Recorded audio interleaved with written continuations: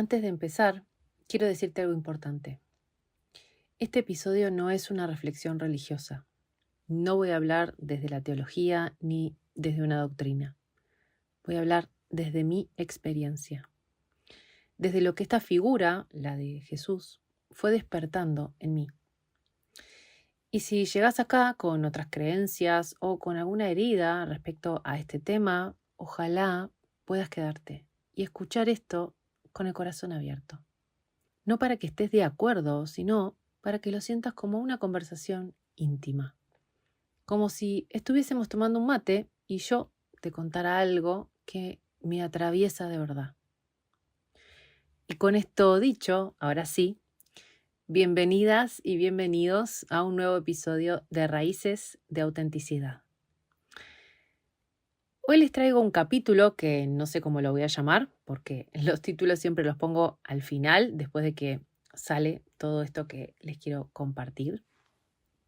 Pero que sé que me atraviesa entera, ¿sí? Es algo que me atraviesa por completo. Hace un tiempo me enganché con una serie que se llama Los Elegidos, que se dice así en español y en inglés es The Chosen, que trata sobre la historia de Jesús. Sí, Jesús. Y como te decía al principio, no vengo a hablarte de religión ni de dogmas. Esta serie me permitió ver un Jesús que antes no sé si me había permitido ver, que era este Jesús humano. Ese que conoció el dolor de la pérdida, ese que fue cuestionado por sus seguidores, ese que fue cuestionado por su comunidad y que terminó crucificado. Y más allá de toda la historia que conocemos, esta mirada de cómo él vivió esos 33 años de vida me tocó el corazón. Y no solamente eso, lo abrió de par en par. Si no viste la serie, te la recomiendo muchísimo. Son 4 temporadas y ahora en cines se estrenó la quinta. La puedes encontrar en Netflix o también te puedes bajar la app del proyecto que se llama The Chosen y ahí lo puedes ver gratis, ¿sí? Y también incluso en esa app tenés material extra. Pero bueno, sin extenderme mucho en esto, lo que quiero es acá hablarte de lo que este mensaje de Jesús hizo conmigo. Pero antes, te voy a contar un poquito de mi historia con él. Crecí en una familia en parte atea y en parte no practicante, no sé si se dice así, la verdad. Mis abuelos tenían alguna que otra cruz, sobre todo en joyas, ¿sí? Y me acuerdo de 2 Marías que tenían con agua bendita, ¿sí?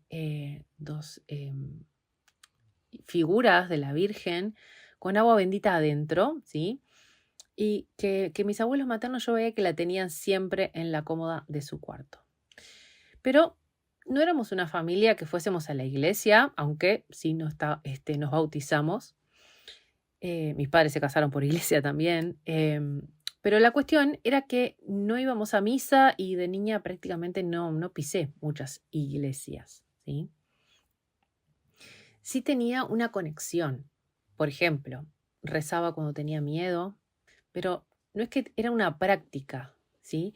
Y un poco te cuento esto para que puedas entender cuál es el contexto de esto que te quiero compartir, porque no es desde la religión, sino desde un vínculo que fue naciendo solo, así como callado, como íntimo, ¿sí? En mi adolescencia y cuando salía con amigas, por ejemplo, cuando volví a mi casa, lo invocaba a Jesús para que me acompañase hasta mi casa, ¿sí? Sentía que me protegía. Y un tiempo después empezó a llegar esta rebeldía de la adolescencia, después me convertí en mamá y bueno, y esa relación se fue diluyendo de alguna forma. Hasta que un día una murga en el año 2007 cantó una retirada sobre Dios. Y por primera vez sentí que alguien estaba diciendo lo que mi corazón sentía. Y les voy a leer parte de esta letra, de esta retirada, y espero no llorar, aunque va a ser muy difícil, que dice lo siguiente. Dice mi Dios que a tu Dios le pregunte por qué te ha dejado perdido. en esta tierra de sangre cansada que casi no tiene más nada que la fe. Mi Dios es un rebelde traicionado, un viejo abandonado por hijos distraídos. Un loco que ha perdido sus poderes amando a las mujeres de cada paraíso. Dueño de un templo olvidado, un fugitivo más en la ciudad, un pendenciero buscado por los suburbios de la eternidad, refugiado en un zaguán, compartiendo vino y pan en un rancho de cartón, dejó su corazón. Esa es de las retiradas de Murga que más me toca el corazón, porque cuenta exactamente lo que sentía en aquel momento y no sabía cómo decirlo. Y hoy aún sigue describiendo mucho de lo que siento con este tema y por eso sigo llorando, me emociono cuando la leo y cuando la escucho y cuando la canto, es que muchas veces no la puedo cantar. Pero bueno, volviendo, más adelante, cuando retomé mi camino espiritual, unos 7 años después más o menos, lo hice desde una cosmovisión indígena ancestral. Y acá empezó a primar una relación mucho más directa con mi propio espíritu, sin gurúes, sin figuras, solo rituales, ceremonias que me llevaban una y otra vez de vuelta a mí.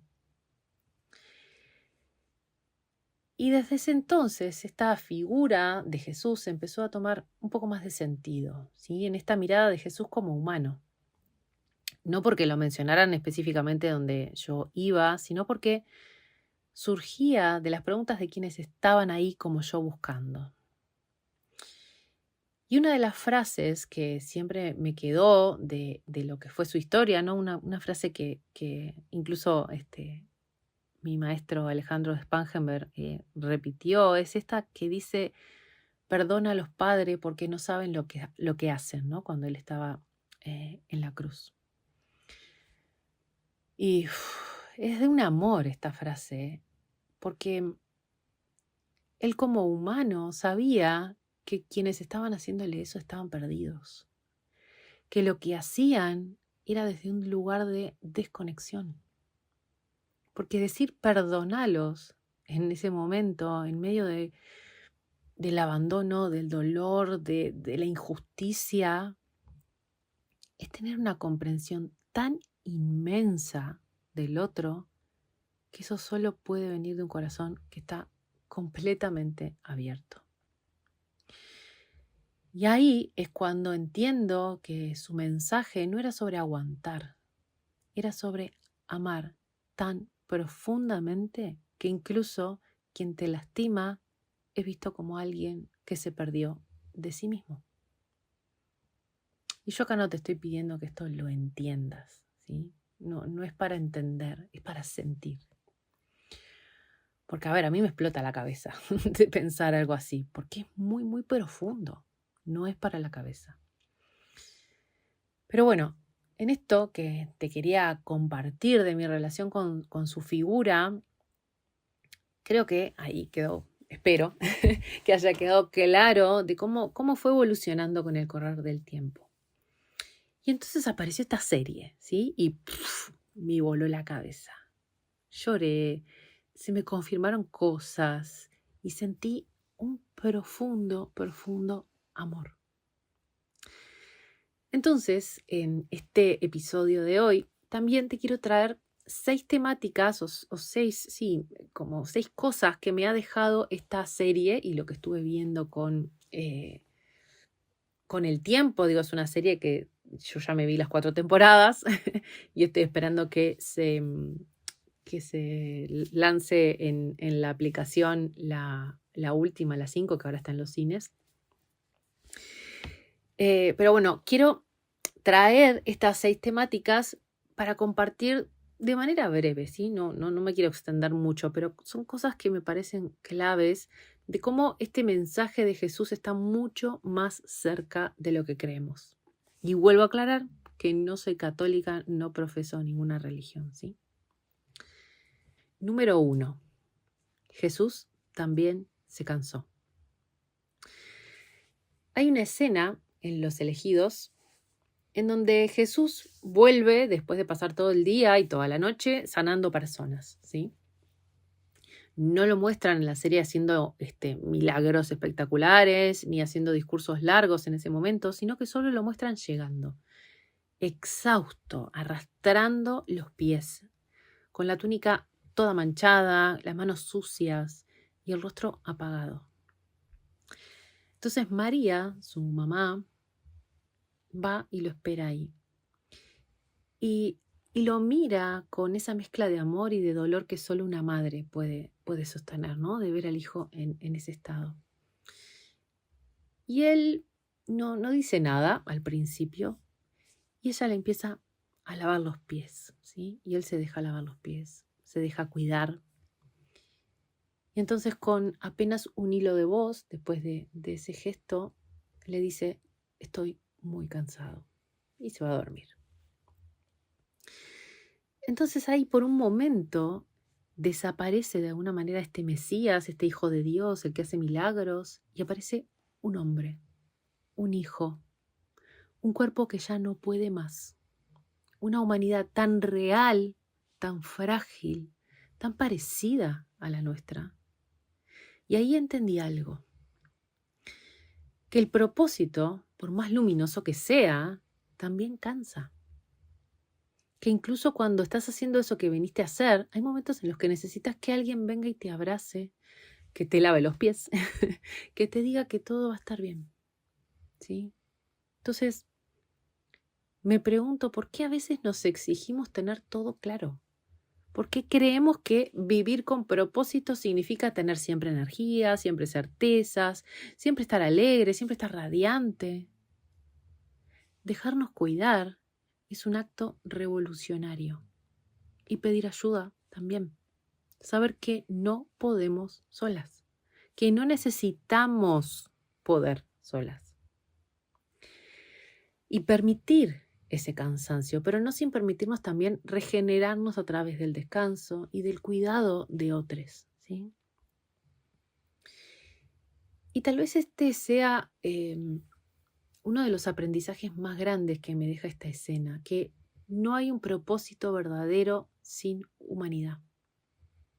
Y que no se trata de sostener todo sola, de estar siempre entera, de ser incansable, sino de aprender a reconocer cuándo es que necesito parar, cuándo necesito el apoyo de alguien más, cuándo necesito volver a casa a estar en los brazos de alguien que me ama.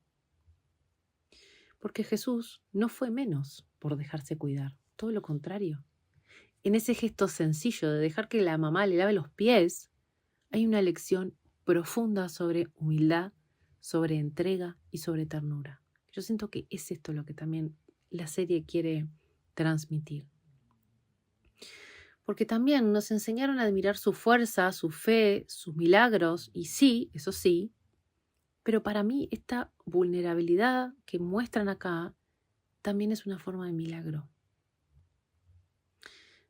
Y es una que no siempre sabemos mirar, ¿no? Porque nos dice por un lado, podés ser luz, pero también estar cansada. Podés tener tremendo propósito y aún así necesitar un abrazo. Podés ser guía y también dejarte guiar. Porque esto de la divinidad no está en no necesitar a nadie, sino en saber que somos parte de algo más grande y que nos necesitamos entre todos. Jesús también dudó, también se agotó, también necesitó silencio, necesitó contención, necesitó pausa. Y eso a mí me abraza, me humaniza, me devuelve a la tierra. Porque no se trata de tener todo resuelto, se trata de seguir diciendo que sí, aun cuando el cuerpo tiembla, aun cuando ya no quedan fuerzas. El coraje no es no tener miedo. El coraje es ser fiel a tu alma a pesar de los desafíos que se presentan en el camino. Número 2. El proceso invisible de la espera. A ver, Jesús vivió 30 años de su vida sin ser el Mesías. O sea, lo era, pero no estaba oficializado. A ver, nació en una familia humilde. Incluso su madre en un episodio le cuenta que había días en que tenían que elegir con José, su papá, ¿sí? ¿Quién de los dos iba a comer? Entonces, ese dato tan cotidiano, tan simple, me mueve por dentro. Porque a veces se nos olvida que Jesús también vivió en la incertidumbre, también supo lo que era no tener, también pasó por este mientras tanto, ¿sí? Tuvo 30 años de vida común antes de empezar este camino público, digamos, ¿sí? 30 años sin hacer nada extraordinario para los ojos del mundo. Pero había algo que se estaba gestando, ¿sí? En la serie, durante muchos episodios, lo vemos caminando, observando, escuchando, preparando, esperando. Y esa espera tiene algo sagrado, porque no es una espera pasiva, sino que es una especie de gestación, ¿sí? Como si supiera que para que algo realmente grande ocurra, primero hay que saber habitar el silencio, el mientras tanto. Esta incomodidad de no tener todavía una forma visible para ese propósito. Y acá también me veo reflejada, porque a veces sentimos que si no estamos haciendo algo visible, algo productivo, algo que se pueda mostrar, entonces estoy perdiendo el tiempo. ¿Qué pasaría entonces si entendiéramos que esta espera también es parte del camino? Que no todo tiene que ser visible para que esté pasando. Hay semillas que germinan en lo oscuro, en lo profundo, en lo invisible. Y quizás esta alma se está preparando para algo, incluso sin saber ni idea, ¿no? No tener ni idea de para qué. Y ver cómo, a ver, estos pensamientos que a veces tenemos de que si no estamos brillando es porque estamos fallando. Pero a ver, capaz estamos madurando. Capaz que estamos agarrando raíz. Capaz estamos creando este espacio interno que es el que más adelante va a poder sostener eso que viene. Jesús no apuró su camino. No se puso a sanar a los 15 ni a predicar a los 20. Él esperó. Y cuando llegó el momento, lo supo. Porque lo que es verdadero no necesita urgencia. Y cuando ese momento llega, se siente. No porque estés lista en la mente, sino porque hay algo adentro tuyo que ya no se puede quedar callado. Temática número 3. Elige a los que ya no creían que podían ser elegidos. Una de sus primeras discípulas fue María Magdalena, una mujer que para la época nuestro lugar era muy relegado. Porque, a ver, en esta época en la que Jesús vivió, una mujer, por ejemplo, no tenía voz pública, no podía ser testigo, no podía ser maestra, no podía ser ni discípula, ¿sí? Y mucho menos si como ella cargaba con una historia difícil, de esas que dejan marca y condena social. Bueno, esa es la historia que cuentan, ¿no? Voy a hablar de lo que sé y de lo que cuenta también en la serie. Pero bueno, sin embargo, a pesar de todo eso, todo ese contexto, fue a ella a la que eligió primero, a una mujer herida, a una mujer excluida y a una mujer con pasado. ¿Te imaginas lo que eso significaba para la época? Porque una de las cosas que más me conmueve de este Jesús que muestran en Los Elegidos es su manera de mirar. Por ejemplo, cuando llama a Mateo, ¿sí? Mateo era un recaudador de impuestos, que era el rechazado, todos lo odiaban. Ahí cuando aparece como parte de este clan de discípulos de los elegidos por Jesús, nadie lo puede creer. Como los otros discípulos empiezan a vociferar así como, ¿qué? ¿Por qué a él? ¿No? Incluso Simón, que es uno de los apóstoles, que después es el que se llama Pedro, le empieza a discutir, pero ¿por qué a él?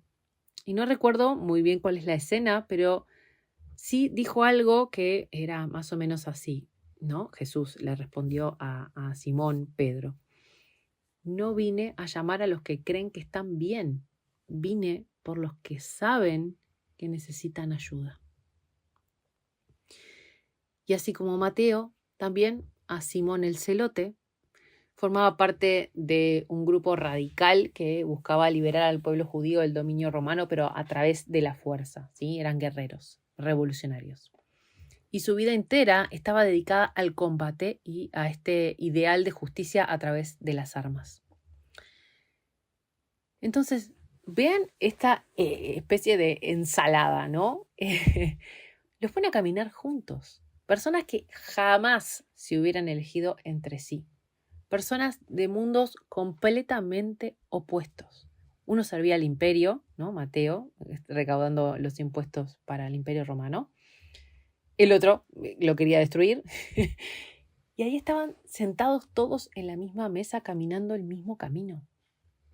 Entonces, como les decía, eligió para hacer a sus discípulos a personas que quizá dejaron de creer en sí mismas. Porque Jesús no buscaba lo correcto, buscaba lo auténtico. Y no buscaba esta perfección, sino buscaba disposición. Un corazón abierto, aunque quizás dolido. Una historia sincera, aunque quizás quebrada. Y yo me pregunto acá, ¿qué dice eso de nosotros? Porque a veces sentimos que tenemos que estar sanadas, que tenemos que estar claras, que tenemos que estar en paz, sin ninguna contradicción, para ahí recién merecer algo más grande. Pero Jesús no eligió a los que estaban resueltos, eligió a los disponibles. Y quizá de eso se trata, de animarse a caminar aún sintiendo que no se es suficiente. Porque el propósito no pide perfección, pide entrega. Y si Jesús, que podía ver lo más profundo del alma humana, creyó que Mateo, que María Magdalena, que Simón el Celote eran dignos de su confianza, ¿qué parte nuestra estamos rechazando todavía? Y si esa herida que creemos que es la que nos está trancando es justamente la puerta por donde puede entrar la gracia. Número 4. El amor que incomoda. Hay algo en el amor de Jesús que no siempre nos enseñaron. Su capacidad de incomodar. Porque no era un amor tibio, complaciente, de frases lindas para calmar la conciencia. No. Era un amor que descolocaba, que rompía normas, que miraba donde nadie quería mirar. En Los Elegidos hay una escena en la que Jesús se acerca a una mujer samaritana y solo con ese gesto ya está haciendo todo lo que se supone que no se debe hacer en esa época, ¿sí? Hablar con una mujer que está sola, en público y además samaritana, o sea, todo mal, según las reglas, ¿sí? Pero él la mira. Y no solo la mira, la ve. Le habla con dulzura, con firmeza y con una verdad que la atraviesa.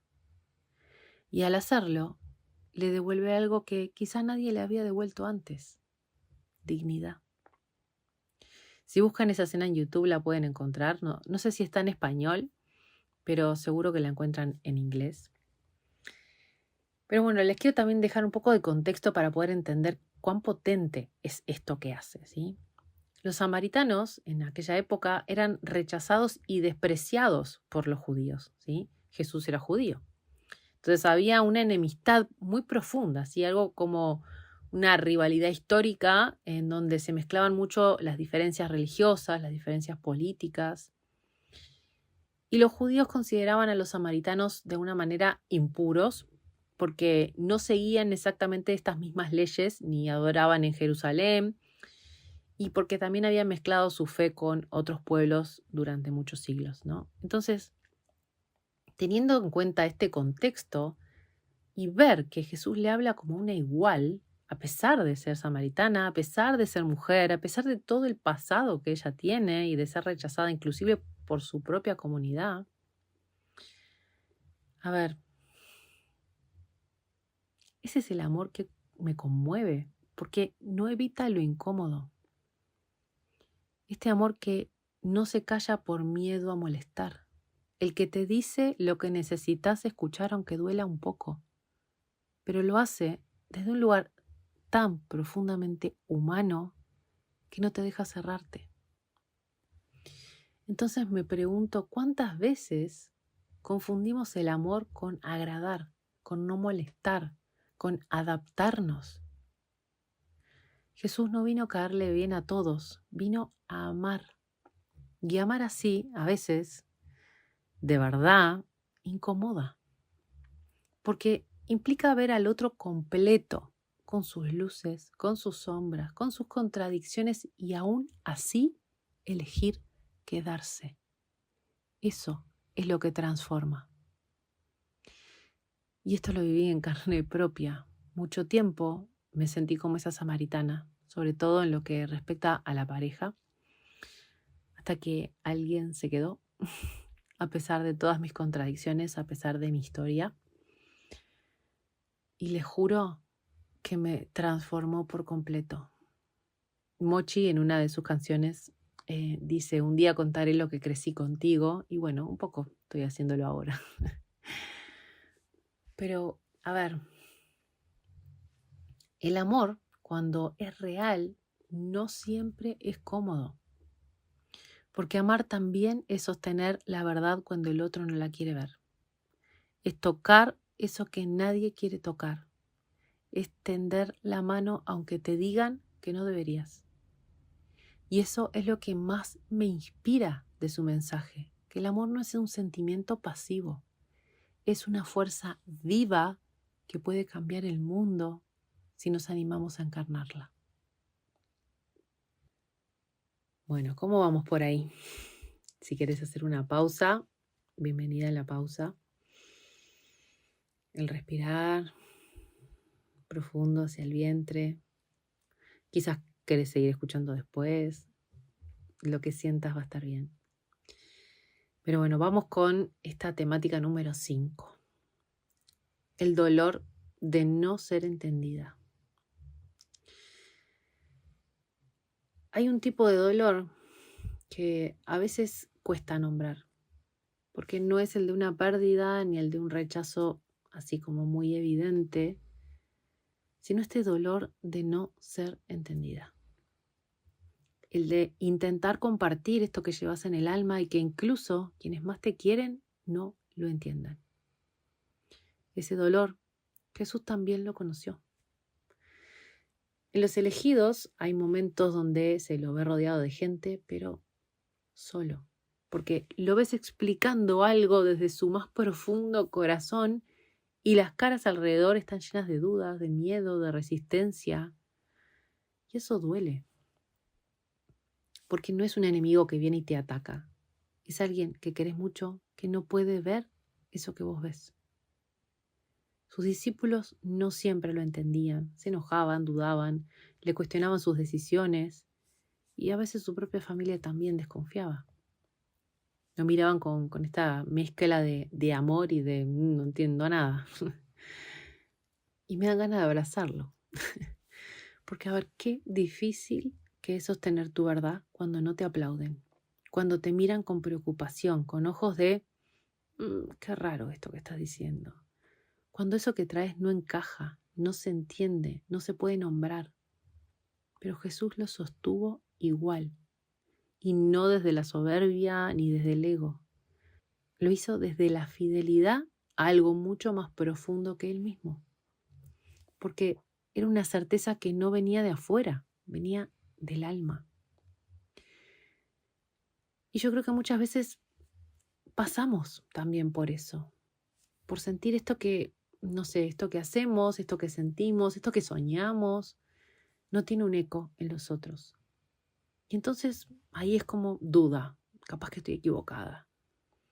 Pero a veces no se trata de que el mundo te entienda, sino que se trata de serte fiel, incluso cuando nadie más puede ver eso que vos ves. Porque cuando algo viene desde lo profundo de tu corazón, es verdad para ti.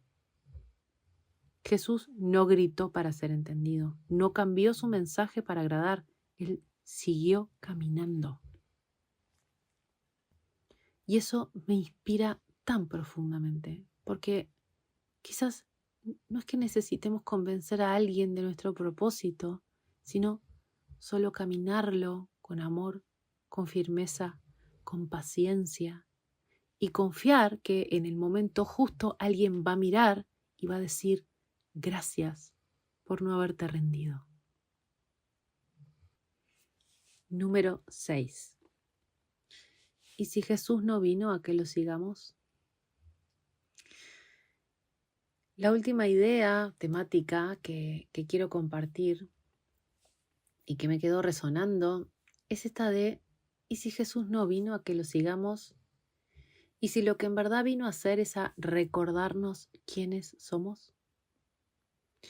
No para que lo pongamos en un altar inaccesible, sino para mostrarnos de lo que es posible cuando un ser humano se anima a amar sin condiciones, a vivir con propósito aunque duela, a mirar con ternura lo que el mundo llama error, a no traicionarse aunque eso signifique caminar solo por un tiempo. Quizás su vida no fue solo un mensaje, sino un espejo, un reflejo de lo que podríamos ser si dejáramos de querer encajar y empezáramos de alguna manera a encarnar lo que realmente somos. Jesús abrazó su humanidad con toda la intensidad del alma. No negó su cansancio, no escondió su dolor, no ocultó su rabia ni su compasión, y desde ese cuerpo tan humano trajo el cielo a la tierra. Y esta es una temática que la traigo porque me toca, porque a veces, a veces sentimos que para estar más cerca de lo divino o ser más espirituales, tenemos que alejarnos de lo humano. Pero Él nos mostró otra cosa. Nos mostró que la divinidad no está en escapar del cuerpo, ni del dolor, ni del conflicto. Está en habitar eso con amor. En no perder de vista la luz, aun cuando todo alrededor parezca oscuro. Yo siento que Jesús no vino a construir templos, vino a recordarnos que el templo somos nosotros y nosotras.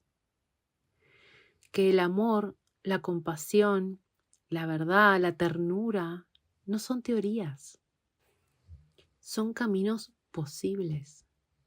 Y que se caminan con pies cansados, con manos que dudan, con un corazón que a veces se parte, pero sigue latiendo igual. Así que no sé si vine a hablarte de Jesús, tal vez vine a hablarte de vos, de mí, de todas y todos los que como Él intentamos cada día recordar de qué estamos hechas y vivir desde ahí. Entonces me nace una pregunta para cerrar este episodio, una de esas preguntas que en realidad no buscan respuestas, sino como ese silencio interno. ¿Qué podrían hacer en el mundo si también nosotras nos permitiéramos ser tan humanas como Él? Tan reales, tan honestas, tan corajudas, valientes, tan amorosas. Quizá no se trate de ser más espirituales, sino de recordar que ya somos eso que vinimos a ser. Solo que a veces se nos olvida. Gracias, gracias, gracias por escuchar hasta acá. Gracias por tomarte este ratito para sentir, para reflexionar conmigo. Y ojalá este episodio haya encendido, aunque sea una pequeña llama, una llama que te recuerde que tu humanidad no es un obstáculo, sino este puente sagrado hacia todo eso que verdaderamente sos. Y si hay alguna parte de vos que se siente rota, que se siente cansada, que se siente incomprendida, que sepas que también ahí hay lugar para el amor. Nos encontramos la próxima. Te mando un abrazo enorme.